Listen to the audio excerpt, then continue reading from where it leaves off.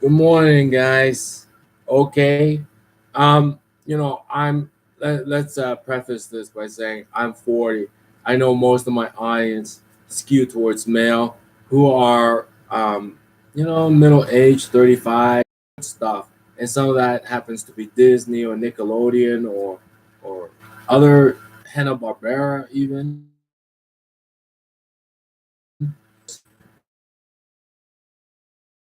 To find me on the internet. You know what I mean? I'm not a numbskull, all right? I know kids are on the internet looking at stuff. They're gonna come across my Disney stuff. They're gonna come across Hanna Barbera stuff. Come across movies and other stuff. They're gonna see me. All right. So I am aware of that. But really, I'm 44, 45 now, and my audience skews male, but and around 35 years old. All right. I know both. All right. So I think today's post, my video diary, I want to put this down on video. It's not ink. What is it? I guess it's not even tape. Nowadays, it's sort of like hard drive bits and bytes. But but it's an analogy of the money mine. All right. All right. So this beautiful analogy. I'm very proud of it actually.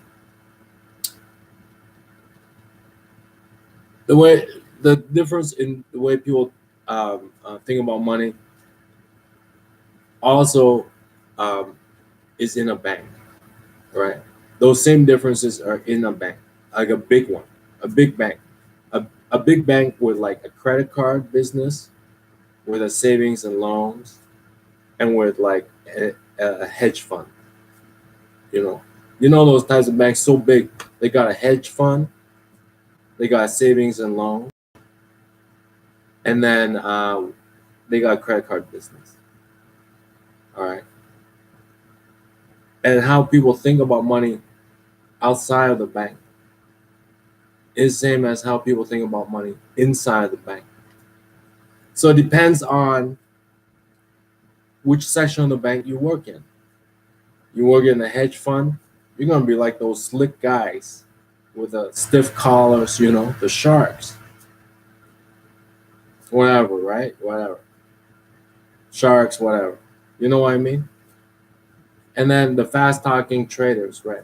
And then if you work in the savings and loans, you look like savings and loan person outside. A person like just save your money, buy a house, kind of fat, like a nice shirt, clean shirt, but it's like from the '80s and stuff. And then the credit card business, and the credit card business person is like wearing the latest clothes, got the latest shoes, got the latest purse. And savings loans person wearing an outfit they bought like it's nice and clean and pressed, but they bought back in 1982. And then and the hedge fund people are just talking them a million miles a minute. How people think about money outside bank reflected inside the bank. Except if you work for a bank, there's something stopping you from going over the edge. Maybe it's the law. Maybe it's your boss because he has to turn a profit. You can't just go crazy. You can't let greed or anything like that. You know, it's like your job, your security keeps you from going over the edge, right? But inside a bank, also outside, but outside the bank, nobody's keeping you from going over the edge.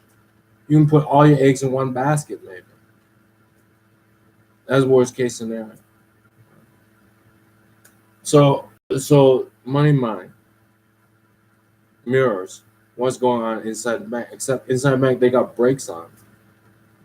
All right, they at the top of the pyramid. CEO got to address the shareholders. Got to pay shareholders dividends. Got to keep the stock price going up. Else it's his job on them. Just can't walk away. What else? What else? Another thing about these hedge fund guys. Everybody thinks because they're managing billions of dollars, That's the pot. That's not the pot. What they're cards they're holding, but it's not the pot. A lot of people think these guys, when they're managing $1 billion, that's the pot on the table. It is not the pot. Those are the cards they're actually holding. And where that $1 billion comes from, right? Like who supplied their money, right? Who are the investors, right? And what other companies they have positions in. Those are the cards they are holding. It is not the pot.